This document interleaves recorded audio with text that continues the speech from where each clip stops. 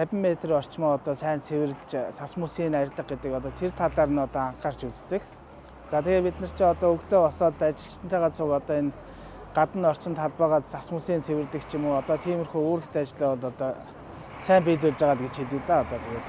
За намайг Бямбагийн Батэрдэн гэдэг. Энэ үйл ажиллагааг эхлээд одоо 10 жил болж байна.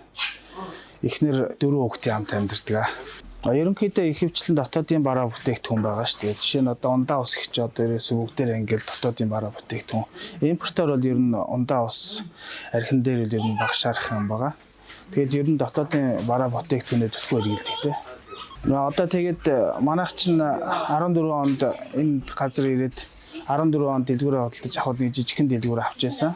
Тэгээд ерөнхийдөө стандарт шаардлага хангахгүй болоод өдий нодлон одоо жил гарны өмнө бүтээн байгуулалт тэгээд одоо стандартаа бүрдүүлэх гэж одоо нэг бүтэн жилийн өмнө нэг энэ дэлгүүрийг босгож байгуулсан. Тэгэл одоо цэвэрч одоо хамгийн мад цэвэр нямбаа байлгах гэж одоо хичээж байна да.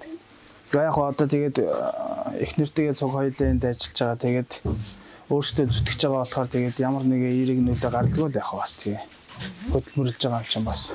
Ерөнхийдөө энэ сүлжээ дэлгүүрүүд бол манайд бол хажуунаас нэг нөлөөлөд байгаа юм бол байхгүй. Ард иргэд бол өргөн хэрэглээний нөгөө бараа бүтээгдэхүүн идэж уух юм арай дэлгүүр хэрэглэдэг болохоор чинь тэрийг одоо даваа байлгах гэж хичээж байгаа шүү дээ.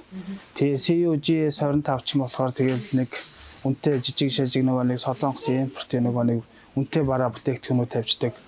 Тэргээр ч одоо нөгөө нэг сургуулийн хүүхдүүд аюу их үйлчлүүлж байна шүү дээ. Түүнээс бол ард иргэд ороод тэндээс хүнсээ цуглуулад тиймэрхүү юм байл гэж байхгүй угаасаа тий. Тэгээ одоо тэгэл ард иргэг чинь тэгэл нэг цалин мөнгө юм аа буухаар тэгэл хүнснийхээ юмдлах олдоо зарцуулна шүү дээ. Горил будаанаас ахуулаад тэгэл тиймэрхүү юмнуудаар төлхөө авна. Яг хөө тэгэл боломжоор тэгэл зээлхэн зээлэл тэгэл цалингаа буухаар өгдөг ч юм уу яадаг ч нэг тиймэрхүү асуудлууд бол байлгүй байх хөө тий. Иргэдийн амжиргаа нэг дээшлээд бол гавьсан байхгүй л ах шиг байна. Яг үннийг хэлэхэд. Гэхдээ яах вэ тэгэл бүгдээрээ л дорноо хөдөлмөрж ажиллаж байгаа болохоор тэгэл амьдралаа болгоод яваад байна тий. Гэхдээ ер нь тэгээд грамлахын цаашийн гэхдээ багс авалгаатай байсан туснууд байгаа л да. Тэднүүсийг авах жишээ байлгүй л яах вэ. Гэхдээ тэр үеэ одоо бас арай гайгүй бас. Жил ирэх тусан гайгүй болж байгаа тий. За яг хөө дээхэн үед 14 онд дэлгүүрээ худалдаж аваад энэ ойр орчныхаа танихгүй л байсан л да. Тэгэл яг нөгөө нэг хүнээ татахын тулд хүмүүс зээл аваа ихээр өгөөл яваад зөндөл өгдөг байсан. Тэгэл тэндээсээ авах юм байна, авахгүй авч чадахгүй ч юм зөндөл гарч ирсэн. Одоо хүртэл байгаа л да хадгалаастай тэр төвтрүүд нь.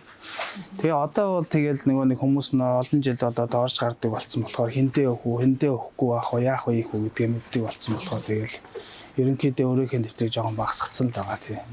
Гэхдээ байгаа. Тэгэл тэгээ хүмүүс чинь нэг тэтгэр буухаар нэг зээлээд арж байна. Тэгээд нэг халамж гээд 15-нд бууж байна. Тэр үеэр бас нэг баг өгч байна. Тэгээ 20 төгтийн мөнгө өгч байна.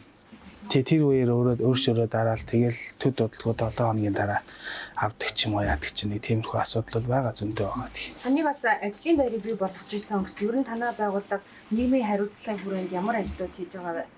Ер нь тэгэл ойр орчим хамаг юма цэвэр нямбаа зам харуугаа янзлж одоо жишээ нь одоо энэ гадна талбайд нэг тэрэгцэртэй хүний юу буулгах жишээний гарах жишээний нэг юм нэг налуу зам хийж өгч жишээний нэг тиймэрхүү нийгмийн хариуцлага.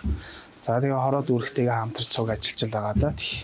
За ерөнхийдөө манай дэлгүүр ч одоо хуучин ажилтнал нэртэй байж байгаад би чинь дэлгүүрээ шинжилж бүтээн байгуул тэгээд Ану маркет болгосон байгаа. За тэгээд одоо дүүргээс тавих стандартын дагуу одоо энэ явган хүний замыг ингэж гаргаж өгсөн байгаа байхгүй.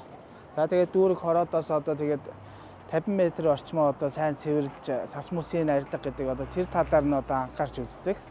За тэгээд бид нар ч одоо өгдөө босоод ажилчтантайгаа цуг одоо энэ гадна орчин талбайгаа цас мөсийн цэвэрлэх ч юм уу одоо тиймэрхүү үүрэгтэй ажлаа бол одоо сайн биелүүлж байгаа гэж хэлдэг да одоо тэгээд. Ажлын байр би ч одоо ажлын байр байгуулад одоо 3 ажлын байр хангаж байна шүү дээ. Одоо өөрсдөө ажиллаж байна. Тий одоо энэ тэндээс одоо цэвэрлэгч одоо нэг тиймэрхүү хүмүүс л авахаас тэгэл яг касион дээр өөрсдөө сууж ажиллаж байгаа да тий. Одоо энэ манайд ажиллаж байгаа хүн бол одоо тэгэл бас өөртөө олон жил ажиллаж байгаа хүмүүс байгаа шүү дээ. Тэгэл яг одоо тэгээд баяр болж байгаа юм чинь тэгэл шинжлэлийн баяр болж байгаа юм чинь нэгдээ шампанс аавн, торт аавн.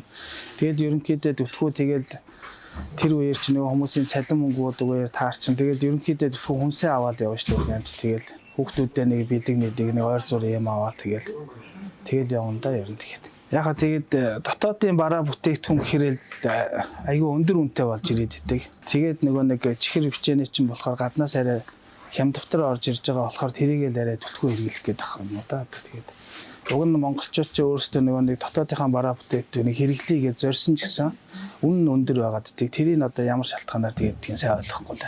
За хорооноос сайн ажилласан гэдэг нэг дээд хэмжээр шагнуулж байсан.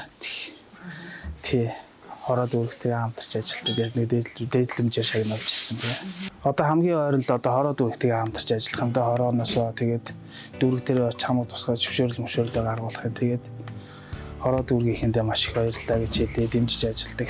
За тэгээд манайхаас худалдаа авалт хийдэг одоо ард иргэдтэй одоо байнга гүйцэтгүүлдэг ард иргэдтэй маш их баярлж явдаг шүү.